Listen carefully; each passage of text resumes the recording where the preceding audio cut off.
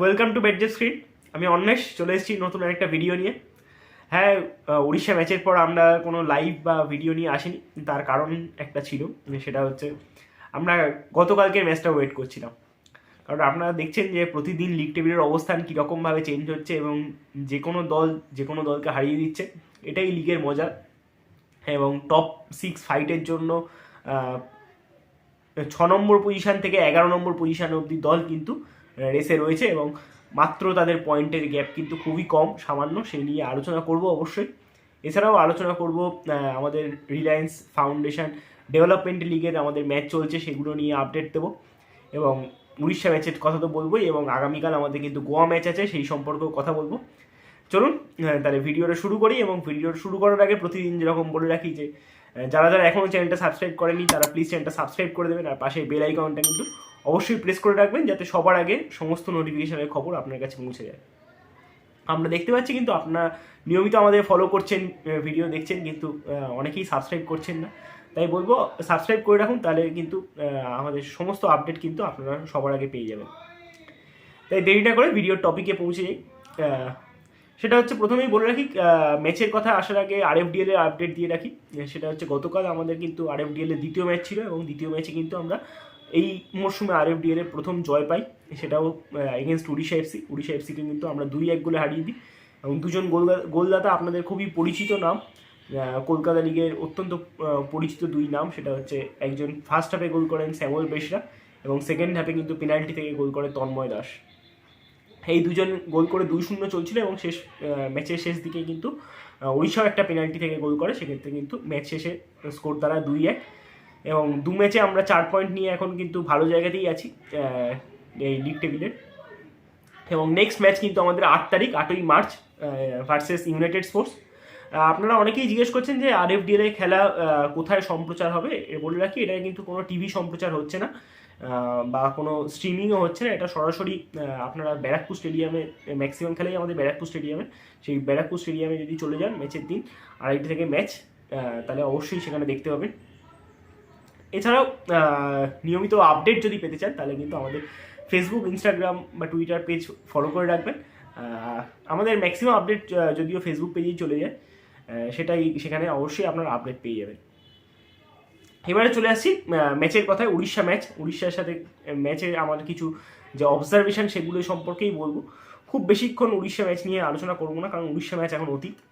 উড়িষ্যা ম্যাচে ফাস্টেস্ট গোল অবশ্যই সেটা প্রথম আলোচ্য বিষয়। এই আইএসএল এর দ্রুততম গোল পিভি বিষ্ণু। আমি চেন্নাই ম্যাচের পরেই বলছিলাম যেভাবে একটা ছেলে, এত ইয়ং ছেলে, যে সিএফএল থেকে আইএসএল এ তার উত্তরণ, মাঝখানের স্টেজ আই লিগ কিন্তু তিনি খেলেননি, এই সিএফএল থেকে ডাইরেক্ট আইএসএল এ উত্তরণ হয়ে যেভাবে চেন্নাইয়ের ম্যাচটা কিন্তু একার হাতে single handedly second half control করেছে এবং যে অ্যাটাকিং থ্রেট তৈরি করেছে চেন্নাইয়ের ডিফেন্সে, সেটা কিন্তু অত্যন্ত প্রশংসাযোগ্য ছিল। এবং প্রতি ম্যাচেই তার কিন্তু পায়ের কিছু ঝলক কিন্তু আমরা দেখতে পাচ্ছি এবং উড়িষ্যা ম্যাচও তার ব্যতিক্রম নয়, যার দরুন কিন্তু 32 সেকেন্ডে এই আইএসএল এর দ্রুততম গোল পেয়ে গেলেন পিভি বিষ্ণু। এছাড়াও আমি কিন্তু আগের দিন চেন্নাই ম্যাচের পর একটা হেডলাইন করেছিলাম, যে থাম্বনেলেও দিয়েছিলাম, আপনারা অনেকেই দেখেছেন, যে হিজাজিবিহীন ডিফেন্সের কিন্তু পরীক্ষা উড়িষ্যার সামনে, যেখানে বিপক্ষে রয় কৃষ্ণা, মৌরিসিও এবং ইসাক রাতের মতো প্লেয়ার রয়েছে। সেক্ষেত্রে কিন্তু যথেষ্ট পরীক্ষাটা কঠিন এবং এই পরীক্ষায় যদিও আমরা ম্যাচ হেরে গেছি 2-1 গোলে, তাও বলবো আমাদের সেন্টার ব্যাক জুটি প্যান্টিচ এবং লালচুংডুঙ্গা কিন্তু লেটার মার্কস না পড়লেও বলতে পারি অবশ্যই ফার্স্ট ক্লাস নম্বর নিয়ে, 60% নম্বর নিয়ে তো পাস করেছেই। এবং দুজনকে খুবই সলিড লেগেছে। এবং যে দুটো গোল খেয়েছি, বিশেষ করে ফার্স্ট গোলটা কিন্তু আমরা যে ইকুয়ালাইজার গোলটা, সেটা কিন্তু একটা ইন্ডিভিজুয়াল এরর, অবশ্যই সেটা রাকিবের ইন্ডিভিজুয়াল এরর। মৌরিসিও কিন্তু ম্যাচে প্রথম থেকেই চেষ্টা করছিল ফিজিক্যালি খেলার, এবং মৌরিসিও খেলার ধরনটাই সেরকম, কিছুটা ফিজিক্যালি খেলে এবং পায়ে যেহেতু ড্রিবলিং আছে এবং অভিজ্ঞ প্লেয়ার, তাই পেনাল্টি বক্সে পেনাল্টি আর্ন করতে কিন্তু তিনি জানেন। কীভাবে পেনাল্টি আর্ন করতে হয় তিনি কিন্তু বক্সে, আমার যতদূর মনে পড়ছে ম্যাচে 3বার এরকম সিচুয়েশন তৈরি হয়েছিল, যেখানে রেফারির ওপর তিনি বক্সে পড়ে গিয়ে প্রেশারাইজ করছিলেন যে যাতে সেখানে দৃষ্টি আকর্ষণ করা হয়। এবং সেক্ষেত্রে রাকিবের ক্ষেত্রে কিন্তু তিনি সফল হয়েছেন এবং এটা মানে ট্যাকটিক্যাল ফাউল আর্ন করা যেটা বলে সেটাই তিনি করেছেন। সেক্ষেত্রে ইকুয়ালাইজারটা কিন্তু তিনি পেয়ে যান এবং সেকেন্ড গোল যেটা হয় সেটা কিন্তু সেট পিস থেকে। জাহুর একটা ব্রিলিয়ান্ট সেট পিস, কেউ এক্সপেক্টই করেনি। জাহু ডান পায়ের প্লেয়ার, আবার ফার্স্ট পোস্টে ওই জন্য কোনো মার্কিং দেওয়া হয়নি যেহেতু বলটা ইনসুইং করবে না, তাই সবাই এক্সপেক্ট করেছিল যে বলটা যেরকম জাহু যেরকম ডেলিভারি ডাকে হাওয়ায় ডেলিভারি হবে এবং সেটা অবশ্যই ইনসুইং হবে না যেহেতু ডান দিক থেকে ডান পায়ে মারছে। সেক্ষেত্রে ভিক্টর ভাসকেসকে ম্যান মার্কিং ছিল হচ্ছে প্রিন্সটন লেভেলের এবং কোনো কারণে মিসক্লিয়ারেন্স বলুন বা পুয়ার মার্কিং বলুন, সেক্ষেত্রে কিন্তু একটা জড়ামড়িতে গোল হয়ে যায়। সেক্ষেত্রে কিন্তু আমরা সেকেন্ড গোলটা কনসিড করি। এছাড়া যদি এই ম্যাচের থেকে আরও কিছু অবজারভেশন বলতে হয় সেটা হচ্ছে আমাদের সেকেন্ড হাফের ফুটবল। সেকেন্ড হাফ কিন্তু আমরা এক্সিলেন্ট ফুটবল খেলেছি। উড়িষ্যা যে এই মুহূর্তে টেবিল টপ করছে এবং লিগ শিল্ড ফাইট করছে, আমাদের মতো টিম যারা কিন্তু এখন লিগ টেবিলে বর্তমানে 9 নম্বরে অবস্থান করছে, তাদের সামনে অত্যন্ত অর্ডিনারি লেগেছে। অত্যন্ত অর্ডিনারি কথাটা ব্যবহার করতে বাধ্য হচ্ছি কারণ সেকেন্ড হাফ আমরা অত্যন্ত ভালো ফুটবল খেলেছি। হ্যাঁ, যখন খারাপ খেলেছি তখন যেমন বলেছি চেন্নাই ম্যাচ খারাপ খেলেছি পয়েন্ট পেয়েছি, হায়দ্রাবাদ ম্যাচ খারাপ খেলেছি পয়েন্ট পেয়েছি, কিন্তু যখন ভালো খেলেছি সেটারও প্রশংসা করব। সেই সেকেন্ড হাফ আমরা কিন্তু অত্যন্ত কর্তৃত্ব নিয়ে খেলেছি কারণ সেকেন্ড হাফে যে চেঞ্জগুলো এসছে, ফ্রেশ লেগ এসছে, মহেশ সিং এসছে, নিশু কুমার এসছে, সৌভিক চক্রবর্তী এসছে মাঝমাঠে, যার দরুন কিন্তু আমাদের খেলাটা অত্যন্ত ডমিনেটিং হয় এবং হয়তো প্রথম থেকে খেললে এই খেলাটা আমরা পয়েন্ট লুজ করে ফিরতাম না, কিন্তু দেখুন 3 দিনের মাথায় মাথায় ম্যাচ, সেটা কিন্তু প্লেয়ার কিন্তু রোটেশন করতেই হবে। যেহেতু আমাদের স্কোয়াড ডেপথ নেই সেহেতু কিন্তু আমাদের রোটেশন করার ক্ষেত্রে একটু প্রবলেম হচ্ছে। নিখিল থাকা সত্ত্বেও কিন্তু আমাদের নন্দকুমারকে ম্যাচের শেষ দিকে হলেও নামাতে হয়েছে। সেক্ষেত্রে কিন্তু আপনারা যদি দেখে থাকেন যে গোয়া ম্যাচের আগের দিনও কিন্তু মানে গতকালকে প্র্যাকটিসেও কিন্তু নন্দকুমার টিমের সাথে প্র্যাকটিস করেনি কারণ তার নিগল রয়েছে এবং অ্যাঙ্কেলে একটা কোচ প্রেস কনফারেন্সে বলেছেন তার অ্যাঙ্কেলে একটা চোট রয়েছে, কিন্তু তিনি অ্যাভেলেবেল, তাকে জাস্ট রেস্ট দেওয়া হয়েছে প্র্যাকটিস থেকে। জানি না আজকে তিনি প্র্যাকটিস করেছেন বা করবেন কিনা। সেক্ষেত্রে আরেকটা বিষয় যেটা বলার, অজয় ছেত্রী উড়িষ্যা ম্যাচে যেহেতু একটা ইয়েলো কার্ড কনসিড করেছেন, সেটা তার 4 নম্বর ইয়েলো কার্ড হয়ে যাওয়ায় নেক্সট ম্যাচ গোয়া ম্যাচে কিন্তু অজয় ছেত্রী অ্যাভেলেবেল নেই। এগেনস্ট গোয়া ম্যাচ সম্পর্কে এবারে চলে আসি। এগেনস্ট গোয়া ম্যাচে অজয় ছেত্রী যেমন নেই তেমন দুটো কনসার্নিং দিক হচ্ছে। 1 নম্বর সৌভিক চক্রবর্তী, যিনি অলরেডি 6 নম্বর ইয়েলো কার্ডে রয়েছেন। আমার অলরেডি ভয় হচ্ছিল কারণ সেকেন্ড হাফে যেমন সৌভিক চক্রবর্তী নামলেন চেঞ্জে অজয় ছেত্রীর জায়গায়, তিনি যদি সেই ম্যাচে একটা ইয়েলো কার্ড কনসিড করে দিতেন তাহলে কিন্তু গোয়া ম্যাচে আমরা সৌভিক চক্রবর্তীকে পেতাম না। ভাগ্য ভালো আমাদের যে তিনি কার্ড কনসিড করেননি এবং তিনি গোয়া ম্যাচে অ্যাভেলেবেল, এবং গোয়া ম্যাচে যদি তিনি আবার একটা ইয়েলো কার্ড কনসিড করেন তাহলে কিন্তু ডার্বি ম্যাচে আবার আমরা সৌভিক চক্রবর্তীকে পাবো না। সেক্ষেত্রে কিন্তু সৌভিক চক্রবর্তীকে অবশ্যই কসাস থাকতে হবে। আর একটা কনসার্নিং দিক হচ্ছে আমাদের গোলকিপার প্রভসুগান গিল, তিনিও কিন্তু অলরেডি 3টে ইয়েলো কার্ডে রয়েছেন। আর একটা ইয়েলো কার্ড হলে নেক্সট ম্যাচ সাসপেন্ড হয়ে যাবেন। যদিও গোলকিপার বলে আমি তার প্রবাবিলিটিটা কম ধরছি ইয়েলো কার্ড কনসিড করার, সেক্ষেত্রে সৌভিক চক্রবর্তীকে কিন্তু একটু কসাস থাকতেই হবে। গোয়া ম্যাচের পার্সপেক্টিভ থেকে, গোয়ার দিক থেকে যদি বলতে হয়, গোয়া কিন্তু টানা 5টা ম্যাচ জয় পায়নি।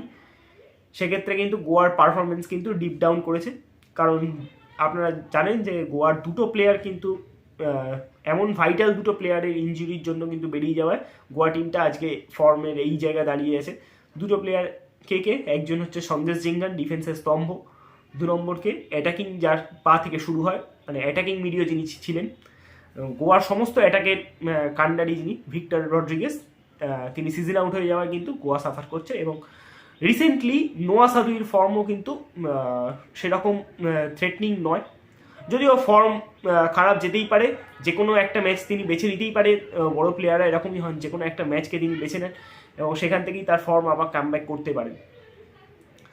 সেক্ষেত্রে যেহেতু এখন ক্রিয়েটিভিটির গোয়ার অভাব রয়েছে, সেক্ষেত্রে এই অ্যাডভান্টেজটা কিন্তু ইস্টবেঙ্গলকে কাজে লাগাতে হবে এবং চাইবো যারা ইস্টবেঙ্গল এই অ্যাডভান্টেজটা কাজে লাগায়।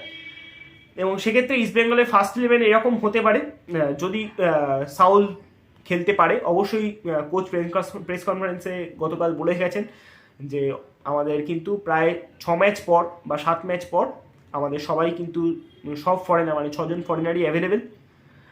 আমার মনে হয় না সাউথ স্টার্ট করবে বলে, আমার ব্যক্তিগত অভিমত, কারণ একটা ম্যাচ ফিট হওয়ার ব্যাপার আছে, দীর্ঘদিন পর ম্যাচে নামবেন তিনি, তাই ম্যাচ ফিট হওয়ার জন্য কিন্তু তাকে প্রথম থেকেই এরকম একটা হাই ভোল্টেজ ম্যাচে নামানো হবে না আমার মনে হয়। সেক্ষেত্রে তিনি চেঞ্জে বা সেকেন্ড হাফে আসবেন প্রয়োজন অনুযায়ী। আর সেক্ষেত্রে আমার ফার্স্ট 11 হচ্ছে গোলে যথারীতি প্রসুকান গিল এবং 2জন সেন্টার ব্যাক হিজাজির সাথে লালচুংডুঙ্গা। কেন আমি পেন্টিচকে রাখলাম না, কারণ প্রেস কনফারেন্সে কিন্তু একটা ইঙ্গিত দিয়েছেন কোচ কার্লোস কুয়াদ্রা, বলেছেন যে হিজাজি আমাদের সাথে কামব্যাক করছে টিমে এবং তিনি স্টার্ট করতে চলেছেন। সেহেতু আমি পেন্টিচকে বাদ দিয়েই আমার ফার্স্ট 11টা সাজাচ্ছি। একদিকে লেফট ব্যাক মান্দার, ডান দিকে কিন্তু নিশু কুমারের খেলার চান্স আছে, যেহেতু আমরা দেখেছি যে অতীতে নিশু কুমারকে রাইট ব্যাক খেলতে, সেক্ষেত্রে নিশু কুমারের একটা খেলার চান্স আছে। মাঝমাঠে সৌভিক চক্রবর্তীর সাথে অবশ্যই একটা, যদি সাউল ক্রেসপো না খেলে আমরা কিন্তু খাবড়াকে দেখতে পারি। এই খাবড়ার কথাও আমি গত ম্যাচে বলছিলাম যে তিনি কিন্তু দলের সাথে চুটিয়ে অনুশীলন করছেন, যে কোনো দিন আমরা ম্যাচে দেখতে পারেন। সেক্ষেত্রে কিন্তু দীর্ঘদিন পর চোটের থেকে ফেরার পর কিন্তু অবশ্যই অল্প কিছু মিনিট হলেও তিনি প্লেইং টাইম পেয়েছেন, যেটা তাকে কনফিডেন্স দেবে এবং কোচের কাছেও একটা অপশান বাড়লো, যেহেতু খাবড়া একজন ভার্সেটাইল প্লেয়ার এবং অভিজ্ঞ প্লেয়ার, তার অভিজ্ঞতাটা টিমের কিন্তু খুব কাজে লাগবে এবং মাঠের অবশ্যই তিনি একজন লিডার তো অবশ্যই। এবং তার একটু উপর থেকে ভিক্টর ভাস্কেস থাকবেন এবং 2 উইংয়ে একদিকে মহেশ, একদিকে বিষ্ণু এবং সামনে ক্লেইটন। নন্দকুমারের যেহেতু নিগিল রয়েছে, তাই আমি এখানে ফার্স্ট 11-এ রাখিনি। যদি খেলার মতো অবস্থা থাকে অবশ্যই নন্দকুমারকে পরের দিকে আনা যেতেই পারে। এবারে বলতে পারেন কেন বিষ্ণুকে রেখেছি, কারণ আপনারা যদি ফার্স্ট লিগের ম্যাচটা খেয়াল করে দেখেন, আমরা নন্দকুমারের পাশ থেকেই কিন্তু মহেশ গোল করেছিল এবং জয়গুপ্তাকে বিট করতে নন্দকুমারকে রাইটে রাখা হয়েছিল। জয়গুপ্তা অত্যন্ত ফিজিক্যাল একজন প্লেয়ার, সেক্ষেত্রে ফিজিক্যাল প্লেয়ারের সাথে নন্দকুমারের মতো ফিজিক্যাল এবিলিটি প্লেয়ারও কিন্তু বিট করতে খুব একটা পারছিল না, একবারই বিট করতে পেরেছিল এবং সেই পাস থেকেই কিন্তু গোলটা হয়েছিল। এবং বিষ্ণুকে কেন রাখলাম, বিষ্ণু তো ফিজিক্যাল এবিলিটি খুব বেশি ভালো না, কিন্তু বিষ্ণুর যেটা আছে, বিষ্ণু কিন্তু অত্যন্ত স্কিলফুল, তিনি কিন্তু স্কিল দিয়ে জয়গুপ্তাকে বিট করতে পারেন এবং অত্যন্ত অ্যাজাইল একজন প্লেয়ার, ছটফটে একজন প্লেয়ার, যার দরুন কিন্তু তার এই স্কিল দিয়ে কিন্তু তিনি বিট করতে পারেন। নন্দকুমার কিন্তু ডান দিকে অতটা সপ্রতিভা নয় যতটা বাঁ দিকে সপ্রতিভ, এবং যেহেতু নন্দকুমারের চোট রয়েছে, বাঁ দিক থেকে আমি প্রেফার করবো অন্তত মহেশকেই নিজের প্রেফার্ড পজিশনে খেলাতে, তাহলে কিন্তু ওপরে সাপ্লাই লাইনটা ঠিকঠাক থাকবে। অবশ্য প্রয়োজন পড়লে অবশ্যই চেঞ্জেস আসতে পারে, ক্লেইটন একটু নিচের দিকে নেমে এসে নন্দকে স্ট্রাইকার করে দিয়ে আপনার ফেলিসিও ব্রাউনকে জুড়ে দিতে পারেন, অনেক রকম কম্বিনেশন আসতে পারে, সাউল খেললে আর এক রকম কম্বিনেশন আসতে পারে। এই রইল আমার ফার্স্ট 11। এবারে যেটা বলার, যে টপ 6-এর বর্তমান পরিস্থিতি কি দাঁড়িয়ে। টপ 6-এর বর্তমান পরিস্থিতি কালকের ম্যাচের পর একদম ওয়াইড ওপেন রয়েছে সবার কাছে। 6 নম্বর পজিশন থেকে 11 নম্বর পজিশনে যে কটা দল রয়েছে প্রত্যেকের কাছে কিন্তু ওপেন রয়েছে। সমসংখ্যক ম্যাচ খেলে এখনও অবধি কিন্তু নর্থ ইস্ট আমাদের থেকে 2 পয়েন্টে এগিয়ে, এবং নর্থ ইস্ট কিন্তু হায়দ্রাবাদের ম্যাচে কিন্তু সাফার করেছে। 2-0 এগিয়ে থাকা অবস্থা থেকে কিন্তু হায়দ্রাবাদ ম্যাচটা ড্র করে এসছে। মানে কুর্নিশ জানাতেই হবে থাংবাই সিংটো এবং তার প্লেয়ারদের এইরকম একটা পারফরমেন্স দেওয়ার জন্য। প্রথম থেকেই বলছি যে হায়দ্রাবাদ টিমের প্লেয়ারগুলো অত্যন্ত পোটেনশিয়াল একজন প্লেয়ার, যারা কিন্তু স্রেফ অভিজ্ঞতা এবং কোনো বিদেশি না থাকার দরুন কিন্তু সাফার করছে। আজকে জোয়াও ভিক্টর একমাত্র বিদেশি থাকায় তাদের যেটুকু সুবিধা হচ্ছে, কিন্তু এই দলটা কিন্তু অভিজ্ঞতার কাছে মার খাচ্ছে। এবং নর্থ ইস্টের একটা ডিসঅ্যাডভান্টেজ হচ্ছে টমি জুরিচ কিন্তু গতকাল ম্যাচে খেলতে পারেনি এবং বেঞ্চেও ছিল না, যেহেতু লাস্ট ম্যাচে তার কিন্তু একটা ইনজুরি হয়েছিল, সম্ভবত হ্যামস্ট্রিং ইনজুরি যতদূর মনে হয়েছে দেখে। যেহেতু আমি ধরেই নিচ্ছি যে গতকাল ম্যাচে যেহেতু ছিল না, তাই 7 তারিখ আবার একটা ম্যাচ আছে 3 দিনের মাথাতেই নর্থ ইস্টে, সেক্ষেত্রে পাঞ্জাব এফসির সাথে ম্যাচ, এবং পাঞ্জাব এফসি যে ফর্মে রয়েছে এবং তাদের আপফ্রন্টের যে 3জন প্লেয়ার রয়েছে, সেক্ষেত্রে নর্থ ইস্টে পয়েন্ট লুজ করার কিন্তু সম্ভাবনা রয়েছে। এক্ষেত্রে কিন্তু যদি পাঞ্জাবের সাথেও কিন্তু যদি পয়েন্ট লস করে নর্থ ইস্ট, তাহলে কিন্তু নেক্সট ম্যাচ আবার মুম্বাইয়ের সাথে সেটা মোমেন্টাম চলে যাবে এবং সেক্ষেত্রেও কিন্তু একটা পয়েন্ট লুজ করার চান্সেস রয়েছে। এক্ষেত্রে আমাদের কাছে সুযোগ এসছে এবং আসতে থাকছে ক্রমাগত। এই সুযোগগুলোকে আমাদের কাজে লাগাতে হবে। এই গোয়া যে টিমটা লাস্ট 5 ম্যাচ জয়ের মধ্যে নেই, আমাদের সেরা সুযোগ এই মোমেন্টামে গোয়াকে হারানো, গোয়া থেকে পয়েন্ট আনার। এই সুযোগকে যদি আমরা না কাজে লাগাতে পারি তাহলে কিন্তু আমরা টপ 6 কিছুতেই উঠতে পারবো না। আপনারা আই লিগ থেকেই দেখে আসছি, আমরাও দেখে আসছি যে সুযোগ আমাদের কাছে আসে, কিন্তু আমরা সেই সুযোগ, যে ম্যাচটায় জিতে আমরা অন্যকে বিট করে যাওয়ার সুযোগ থাকে, সেই ম্যাচেই কিন্তু আমরা নয় পয়েন্ট লুজ করি, নয় হেরে চলে আসি। এটা আই লিগ থেকেই দেখে আসছি। দেখা যাক আগামীকালের ম্যাচ থেকে আমরা পুরো 3 পয়েন্ট আনতে পারি কিনা। এখনও আবারও বলে রাখছি, যেমন লিগ শিল্ডের যেমন ফাইট সেটাও ওপেন আছে, সেরকমই টপ 6-এর ফাইটও ওপেন রয়েছে। ইস্ট বেঙ্গলের সামনে কিন্তু সুযোগ রয়েছে, এবং যদি ধরে রাখি যে 10 পয়েন্ট এখনও যদি ইস্ট বেঙ্গল আর্ন করতে পারে, আমার মনে হয়, আমি এখনও বলছি 28 থেকে 29 যে আমি কাট অফ পয়েন্টটা ধরেছিলাম, এই 26 থেকে 28 যেটা ধরেছিলাম, এখন আমার যেটা মনে হচ্ছে 28 পয়েন্টটাই কাট অফ পয়েন্ট হতে পারে। 28 পয়েন্ট কিন্তু ইস্ট বেঙ্গল যদি এখন 10 পয়েন্ট তুলতে পারে তাহলে ইস্ট বেঙ্গল 28 পৌঁছে যাবে, এবং সেটা কাট অফ দাঁড়ানোর সম্ভাবনা রয়েছে। এবং প্রতিদিনই যেরকমভাবে চিত্রনাট্য পাল্টাচ্ছে, বলা যায় না কাট অফ পয়েন্ট কত হবে। তবে এটা আমি প্রেডিকশান করে রেখেছি, আমি ভুলও হতে পারি, সম্পূর্ণ ব্যর্থ হতে পারি। এবং আপনাদের মতামতটা অবশ্যই আপনারা কমেন্ট বক্সে জানাবেন। আজকে ভিডিওটা আর বেশি বড় করব না, এবারে অন্য কোনো আপডেট থাকলে অবশ্যই ভিডিওর মাধ্যমে বলবো, বা অবশ্যই ডার্বির আগে চেষ্টা করবো তো লাইভে আসার। আপনারা অবশ্যই আমাদের সাথে থাকবেন এবং আপনাদের মতামত অবশ্যই কমেন্ট বক্সে আমাদের সাথে শেয়ার করবেন। ধন্যবাদ আমাদের সাথে এতক্ষণ ভিডিওটা দেখার জন্য, এবং যদি ভিডিওটা ভালো লাগে তাহলে অবশ্যই লাইক, কমেন্ট এবং শেয়ার করবেন সবার মধ্যে, এবং চ্যানেলটা যদি সাবস্ক্রাইব না করা থাকে অবশ্যই চ্যানেলটা সাবস্ক্রাইব করে দেবেন, এবং পাশে বেল আইকনটা অবশ্যই প্রেস করে রাখবেন। আজকের মতো এইটুকুই, টাটা, জয় ইস্ট বেঙ্গল।